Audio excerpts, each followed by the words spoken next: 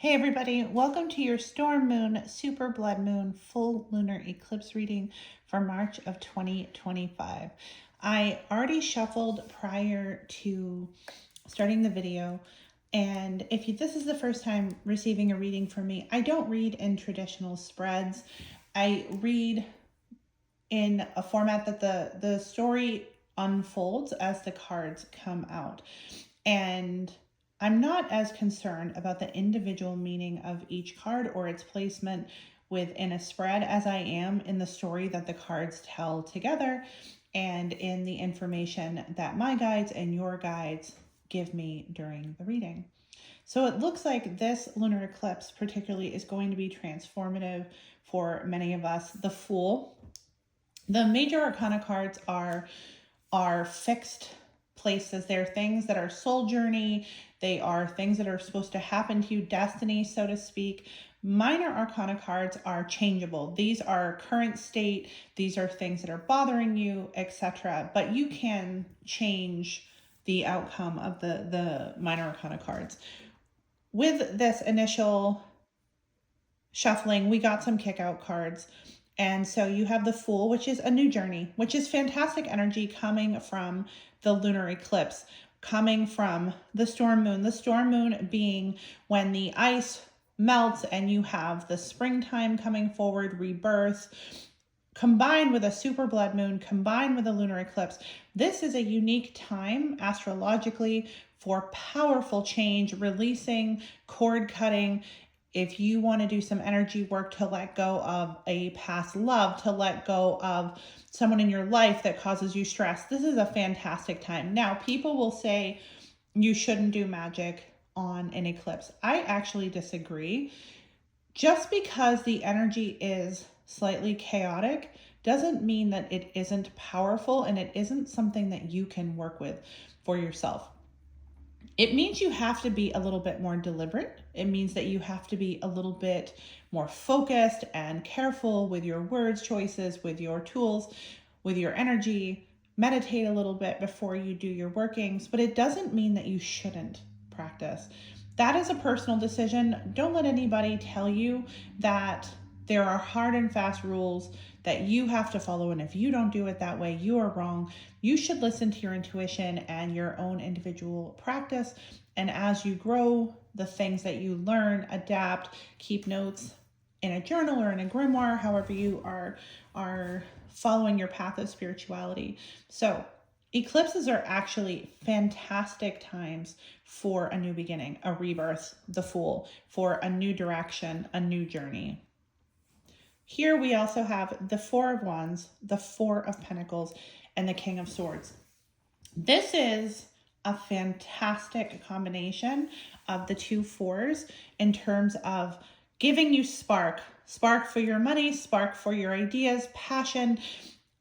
It warns of complacency. It warns of sitting in fear and being afraid of making decisions. Honey, you have all the answers.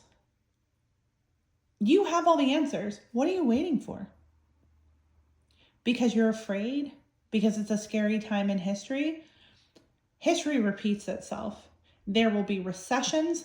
There will be periods of astronomical growth. This is a unique time historically in that we are coming of age in a period of technology that the sky's the limit if you harness that upswing. It happened with the Industrial Revolution. If you lean in right now to the changes that are happening and ride the technology wave, you can have unfettered success. The problem is we are also living in a historically difficult period where there's a lot of fear related to the government. There's a lot of fear related to change and politics. Those are not things that should be ignored, but it does not have to control the entirety of your destiny. It just means you're going to have to adapt or die. You've also been going through a period right now, King of Swords, where there's a person in your life. They have masculine energy. It doesn't mean that they have to be biologically or identify as male, but it can just be very masculine energy. So it could be a female boss that's just very domineering and negative and controlling. It can be a father figure. I see it for a lot of you as a romantic figure that you've been trying to end that relationship for quite a long period of time. And I think that you are going to have some explosive, they were very specific in that word choice, explosive, very explosive culmination of all of the stress. Now, it doesn't mean that you maybe are going to have a total ending, but it does mean that it is going to come to a head and some big decisions are going to be made. Yeah, 9 of Wands and Justice. I feel like to a certain extent, you feel like this person took from you. They not only abused you financially, but they also abused you emotionally. They prohibited your business from growing. They caused tremendous stress in your life. Maybe I'm feeling like almost like the suffocation kind of feeling. Maybe they are a hoarder. Maybe not necessarily a hoarder of things, but like they don't want you to spend any money on things that make you happy. They maybe are a literal hoarder. Like they bring home stuff they find at the local dump because they're an artist and they're going to fix it and whatever, but they're not realistic. There's a difference between hoarding resources. I also feel like one of you listening, he's like obsessed with prepping and he's spending all his money on this belief that you're going to have to prep for something. But I'm feeling regardless of what this hindrance is that he creates in your life, it prevents your growth and it suffocates you financially. And it will come out favorably for you if you make choices to remove this energy from your life. Now, minor arcana cards. Will things turn out bad if I don't do what you're saying? If I don't make changes, is there going to be some catastrophe?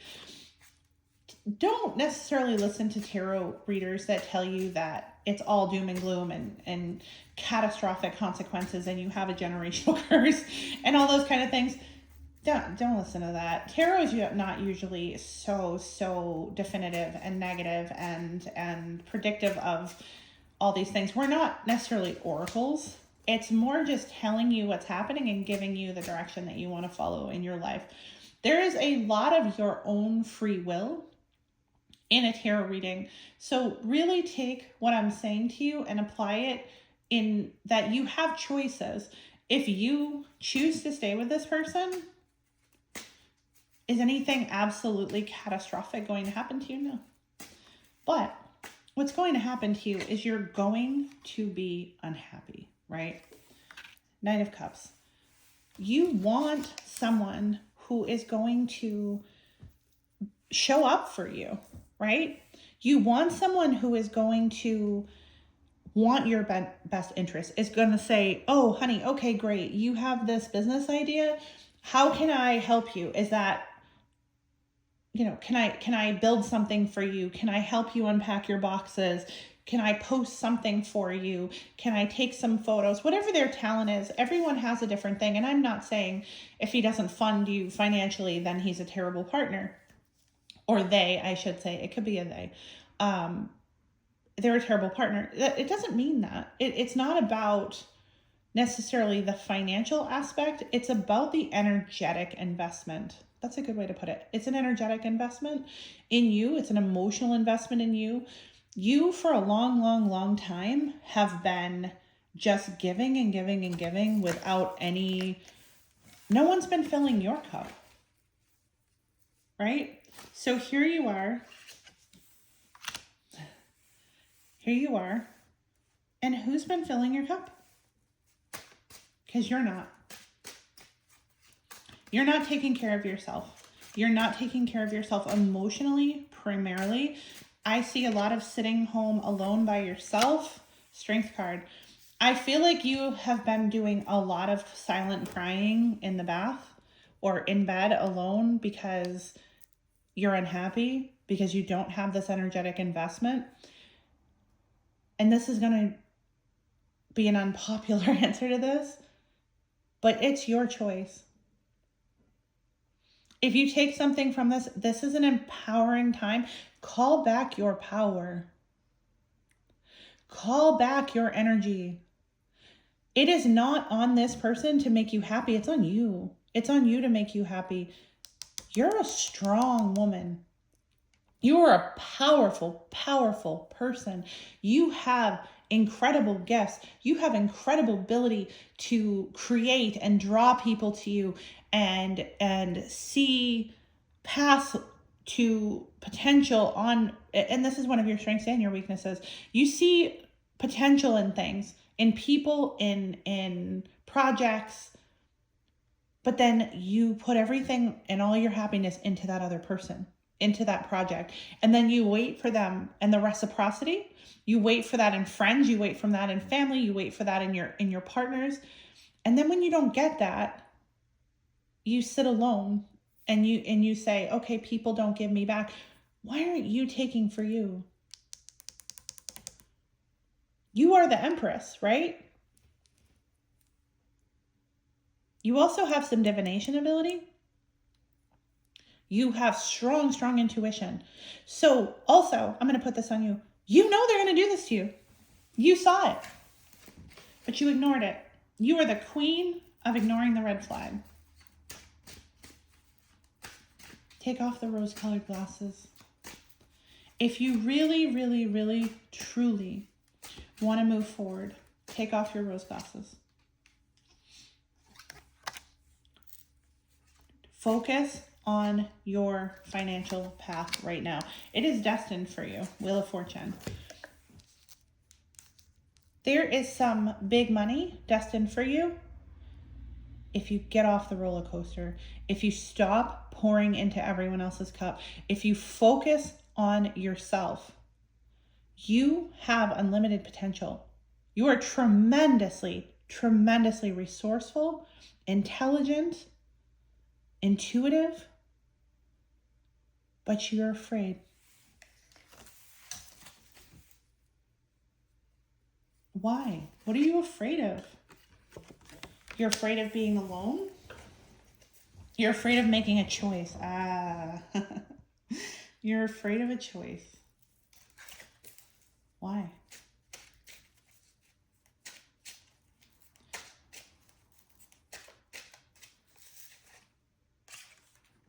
You're afraid to be deceived. You know what's interesting? You can't prevent bad people. What you can prevent is allowing the deception. You always see the best. You always want to see the potential. This is your time. This is I'll give you permission. I give you permission to be selfish. I'll even give you direction. Go be selfish. If you need to be given permission by someone else to be selfish and to make some choices for yourself, then I give you that permission. Just because someone hurt you one time, or maybe 2 times because you didn't want to learn your lesson, or maybe 3 times because you're not listening, because you're also a little bit stubborn. This is a powerful time in history and a powerful time astrologically for you to put your foot down, for you to cut those karmic cords, go do an amazing cord cutting meditation and let go of this need to people please. You cannot fix the trauma from your childhood by people pleasing adults who take advantage of you.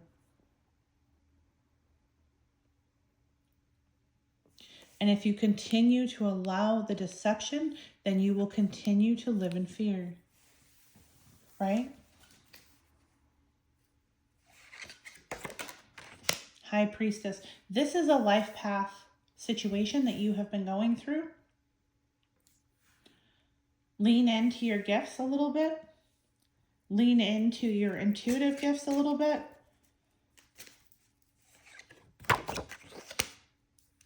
Death. Let go of that inner wounded little girl that tells you that you are wrong, that you are not worthy.